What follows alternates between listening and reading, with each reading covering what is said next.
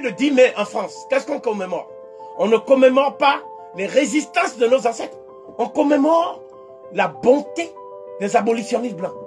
C'est ça qu'on commémore le 10 mai. La vraie date de commémoration, c'est le 22 août. C'est la date où les résistants africains ont pris leur liberté à Saint-Domingue, après la cérémonie du Bois Caïmoun, qui a duré du 14 au 22 août 1791. Donc, cette idée selon laquelle les loges maçonniques ont bénéficié de l'argent de la traite des négrières, cette idée est d'autant plus prégnante que Voltaire était franc-maçon.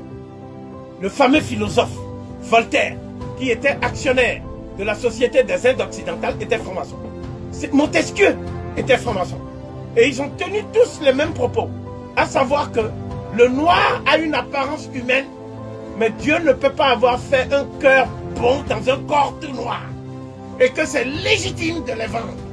Parce que si on les vend, ça permet à l'Europe de faire le progrès. C'est-à-dire c'est grâce au sucre qui vient du sang et de la sueur des Noirs que Voltaire mangeait. Et il se dit ami de la liberté. C'est pour ça qu'ils ont créé la Société des Amis des Noirs.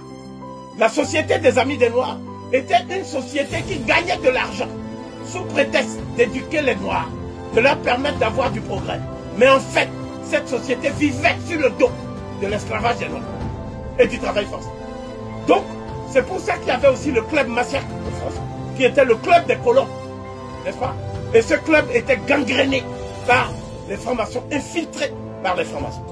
Mais l'Église catholique, c'est elle qui va créer la structure maçonnique la plus cruelle et la plus raffinée qui soit. Ça s'appelle la loge P2. La loge P2 du Vatican, c'est la loge maçonnique qui manipule l'Opus Dei, n'est-ce pas? L'Opus Dei a été créé par un Espagnol colonialiste et nostalgique qui a dit que il ne faut pas donner la liberté aux Noirs. Parce que le jour où on donnera la liberté aux Noirs, ce sera la fin de la race blanche.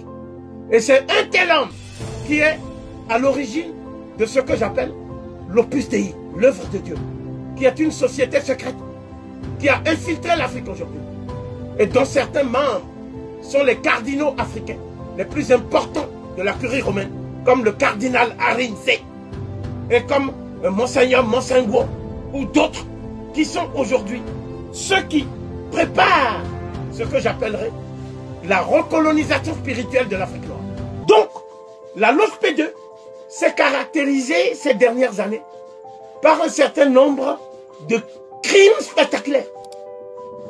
La loge P2 est à l'origine de l'élimination du pape Jean-Paul Ier.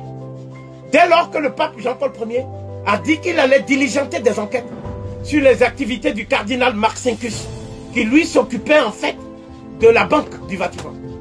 Et on a vu au terme de ces enquêtes que la banque du Vatican recyclait l'argent de la drogue, recyclait l'argent du trafic des médicaments, recyclait l'argent du trafic des armes.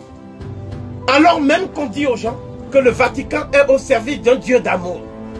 Et c'est à partir de là qu'on a mis en évidence les liens entre la loge P2 et le cartel de Medellín. Le cartel de Medellín, c'est ceux qui vendaient la drogue en Colombie avec Pablo Escobar. Et Pablo Escobar, au moins, il donnait l'argent aux pauvres.